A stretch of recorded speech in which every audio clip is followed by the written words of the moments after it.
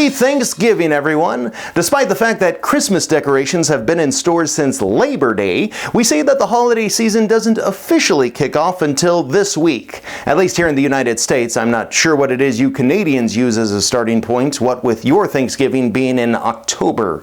Weirdos. The holiday season is supposed to be a time of joy and happiness, but for many of us, that excitement turns into seasonal depression, also known as the holiday blues. My name is Ryan Wingfield, and my job is to make people happy. After years of doing stand-up comedy, I've devoted an entire year to the study of happiness. Join me each week right here on a Road Comics Road to Happiness. The holidays are an exciting time, not just for kids, but for everyone.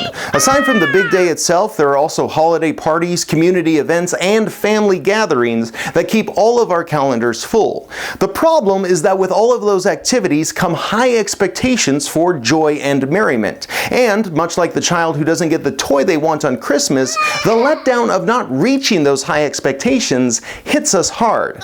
Add to that the stress of trying to manage all of those activities, budgeting the cost of them, and dealing with family arguments about election year politics, something which is particularly impactful this year. Wrong. An estimated 10 to 30 million Americans, nearly 10%, will suffer at least mild depression during the holiday season.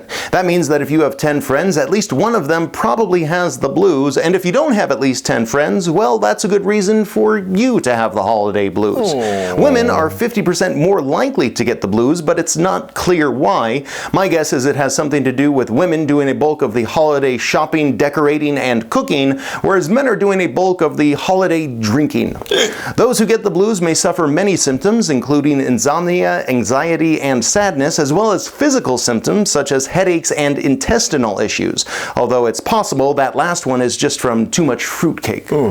At least one study showed up to 44% of the population can suffer from the holiday blues, but that number is likely exaggerated by including people suffering from seasonal affective disorder. That's the depression that comes in the holiday months with the short days and long nights. You can avoid that by moving closer to the equator, but then you end up celebrating Christmas without snow. Oh no!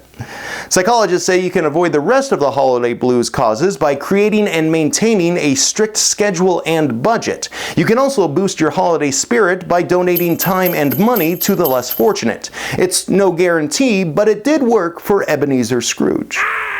Speaking of spirit, there is something to be said about keeping the Christ in Christmas. A study from Europe found that Christians, particularly the very religious, do not feel the negative effects during the holiday season. This may be because believers are more likely to become involved with their church and its activities during the holidays, giving them a higher sense of self-worth and life purpose. It also may be that because I found this study in a religious newspaper, that it's just propaganda in the war on Christmas. Either way, I wish you a Merry Christmas and a Happy New Year.